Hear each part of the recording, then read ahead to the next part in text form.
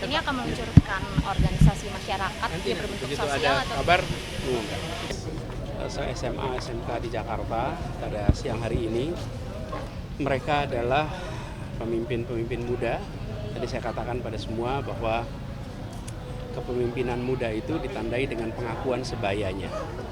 Dan mereka dengan sekarang memimpin di tingkat SMA, SMK, maka harapannya mereka bisa mulai melatih, menumbuh kembangkan prinsip-prinsip dasar kepemimpinan, mulai dari prinsip kesetaraan, prinsip kerja bersama, prinsip kebaruan, dan pelatihan seperti ini merupakan satu wahana yang amat baik. Jadi saya tadi bangga sekali lihat anak-anak muda Jakarta yang potensial. Insya Allah kita punya stok pemimpin yang banyak untuk masa depan. Pak Anies, Anda dikenal sebagai sosok yang concern dengan pendidikan, pernah juga menjabat Menteri Pendidikan. Hari ini ada yang viral tentang pendidikan di Medan, Sumatera Utara. Ada anak yang harus dihukum duduk di lantai karena tidak membayar SPP 3 bulan. Tanggapan Anda?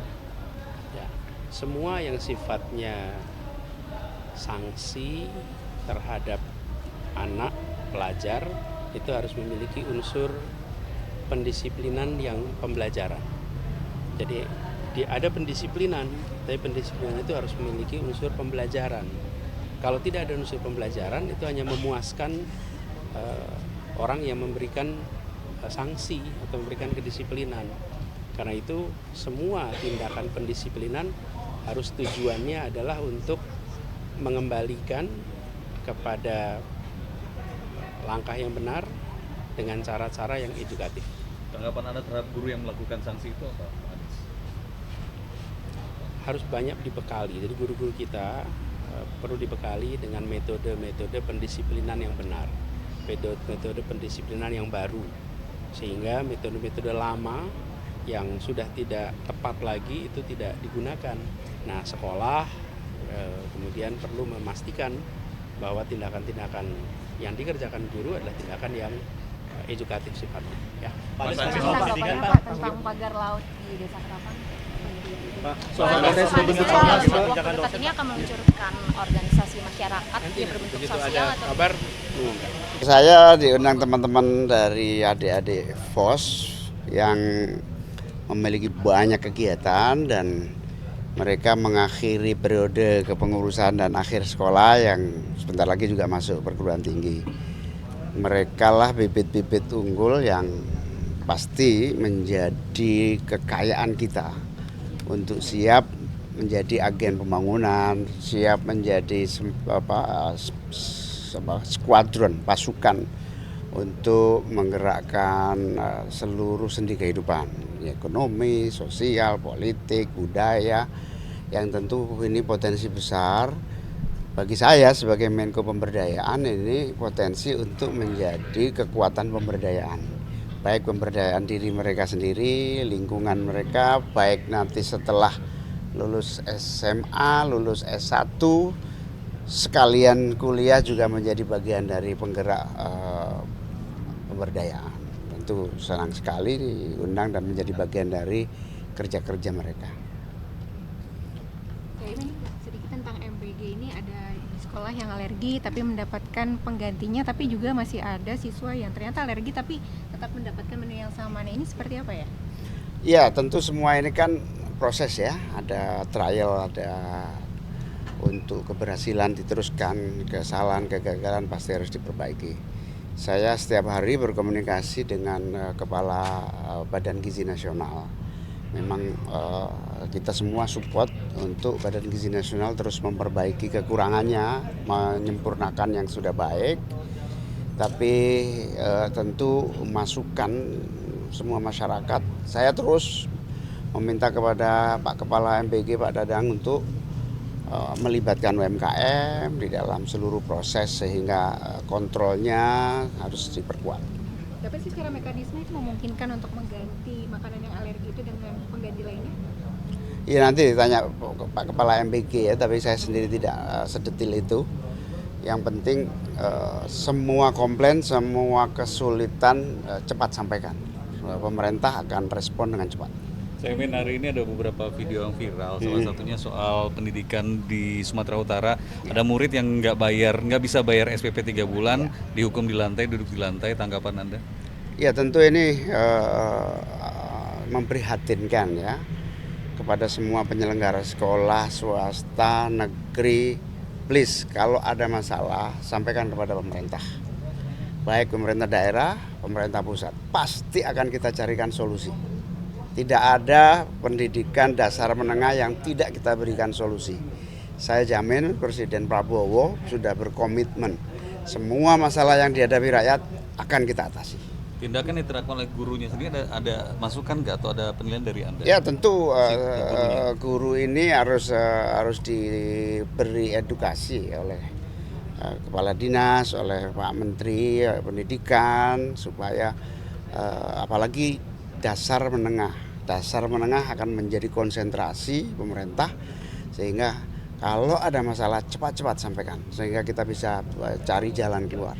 Izin soal PDIP yang rencananya mau kerjasama dengan pemerintahan Pak Prabowo dari Caimin sendiri.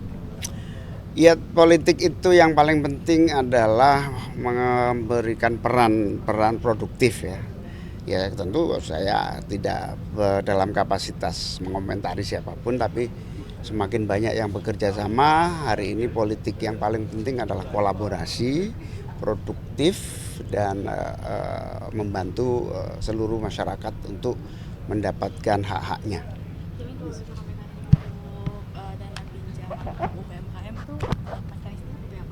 Ada banyak pola ya yang dimiliki dan akan terus kita inovasi.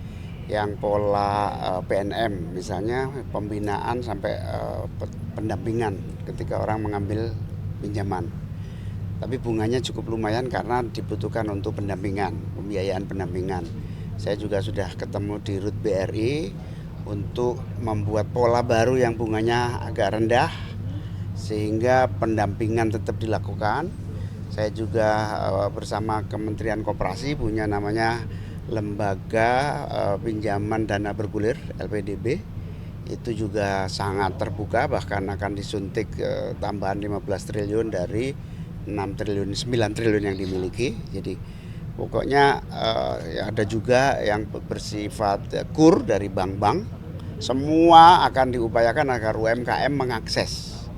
Nah target saya sebagai Menko Pemberdayaan, ayo kita cari terus formula dan perintah Presiden terakhir kepada kita saat rapat terbatas adalah cari formula pinjaman yang paling murah, berbiaya murah tapi tidak hilang. Saya ingin soal isu politik lagi dikit dari saya. Putusan MK soal presidensial threshold ini kan sudah berubah. Nah, mantan partner Anda ini katanya sudah bikin ormas. Apakah ini juga Anda nilai strategi untuk 2009? Ya, Pak Anies juga akan maju kembali. saya belum diberitahu dan saya tidak tahu. Dan saya memang tidak perlu tahu dulu. Saya tidak tahu ya, nanti kita lihat aja. Gus katanya ini nanti Presiden Prabowo akan mengumpulkan para pejabat kepala daerah terpilih untuk nanti pastilah. Dan berencana akan ada retret di Akmil Magelang seperti para Ya, menteri. ada ide itu lama, diskusi sudah dilakukan agar visi nasional dengan visi daerah nyambung. Ada ide satu konsolidasi, bentuknya bisa retreat, bisa macam-macam. Saya persilakan Pak Mendagri aja. Anda akan mengumpulkan kepala daerah terpilih dari partai Anda sebelum Sudah, sebagian sudah lihat provinsi. Tapi kalau ormas bentukan dikomandai Pak Anies ini udah tahu? Belum. Terakhir dari saya soal ramainya video viral plat mobil 36. Anda sendiri kan pejabat negara punya pengawalan. Anda sendiri sebenarnya punya instruksi sendiri nggak sih untuk pengawalan Anda? Saya malah pengawalan ini menjadi kebiasaan dari dulu yang saya kira kalau sangat butuh saja kita pakai. Kalau tidak butuh ya lebih baik kita biasa-biasa aja. Oh, itu baru ide gagasan awal. Pak Prabowo ingin anak-anak terlantar tertangani, orang-orang miskin tidak terabaikan, termasuk dalam pengelolaan rumah tangga. Artinya yang paling pokok sebetulnya ada nggak penanganan asrama sekolah yang memungkinkan anak-anak terlantar bisa tertangani. Karena itu memerintahkan kepada Menteri Sosial untuk mengkaji sekolah rakyat, dan itu ide positif untuk agar tidak ada lagi pengasuhan yang salah di dalam pembinaan keluarga, sehingga sekolah rakyat itu idenya adalah pengasuhan 24 jam yang tidak bisa dilakukan oleh orang tua karena keterbatasan kapasitas orang tua, keterbatasan ekonomi, jenis pekerjaan yang memprihatinkan sehingga pengasuhannya terlantar. Intinya sebetulnya seperti apa asrama, apa pengumpulan dalam satu pengasuhan itu masih dikaji. Tapi so far ini perintah untuk tidak ada lagi anak Indonesia yang tidak tepat dalam pengasuhan. Terakhir dari saya, ada wacana dari pemerintah libur 40 hari buat anak sekolah selama Ramadan. Saya kira nggak perlu ya, karena libur Ramadan itu belum jelas konsepnya lah, nggak perlu. Tetap aja jalan, puasa tidak menghentikan semua kegiatan. Kelamaan 40 hari itu menurut Anda? Bukan hanya kelamaan, puasa itu seperti kebiasaan biasa hari-hari, jangan dibedakan. Yang kuat puasa, yang nggak kuat juga nggak apa-apa. Terima kasih.